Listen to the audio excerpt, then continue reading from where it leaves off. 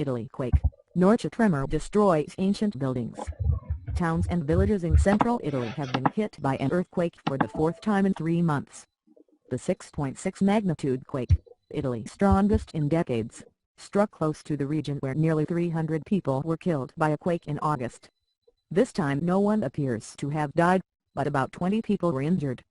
The medieval basilica of St Benedict in Norcia, the town closest to the epicenter, was among buildings destroyed.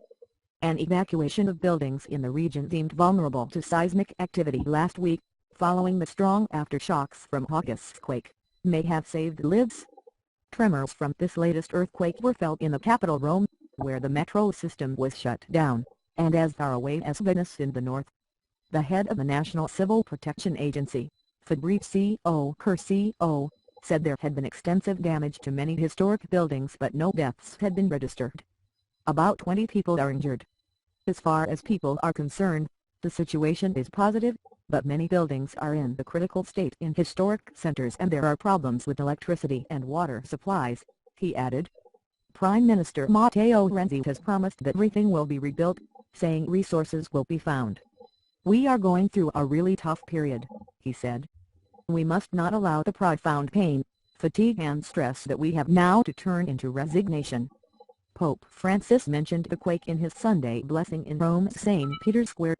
"I'm praying for the injured and the families who have suffered the most damage, as well as for rescue and first aid workers," he said to loud applause. Why multiple quakes are hitting Italy, by Jonathan Amos, BBC Science correspondent. We have now seen 3 magnitude 6 tremors in Italy's Apennines region in just 3 months. The big picture is reasonably well understood. Wider tectonic forces in the Earth's crust have led to the Apennines being pulled apart at a rate of roughly 3 mm per year, about a tenth of the speed at which your fingernails grow. But this stress is then spread across a multitude of different faults that cut through the mountains. And this network is fiendishly complicated.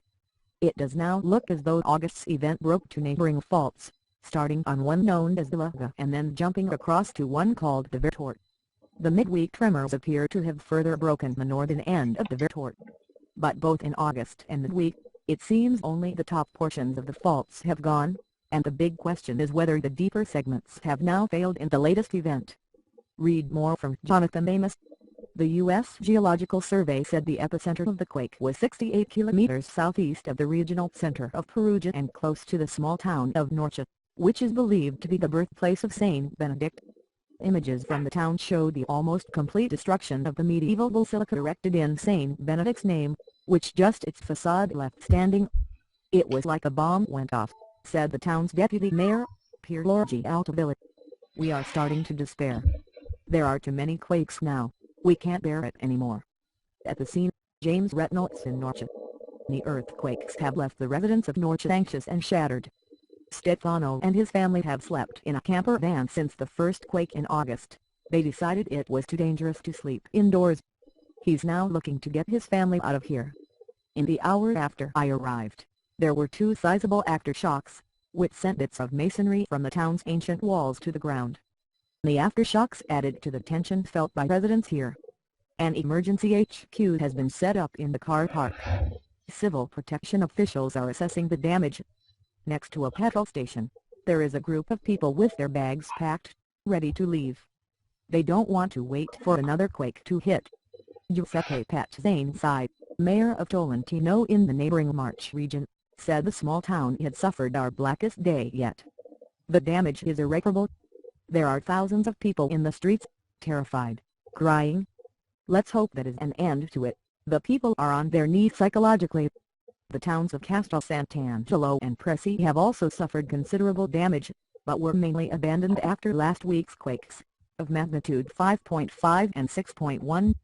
Castel Sant'Angelo's mayor, quoted by La Stampa newspaper, said there were no casualties at all in the town as everyone had already left. The mayors of the villages of Ussita and Arquata said many buildings had collapsed there too. Central Italy has seen several major quakes in recent years. Earthquakes which devastated the town of L'Aquila in 2009 and Amatris in August this year killed about 300 people each. But they both measured only 6.2 and were deeper than Sunday's earthquake.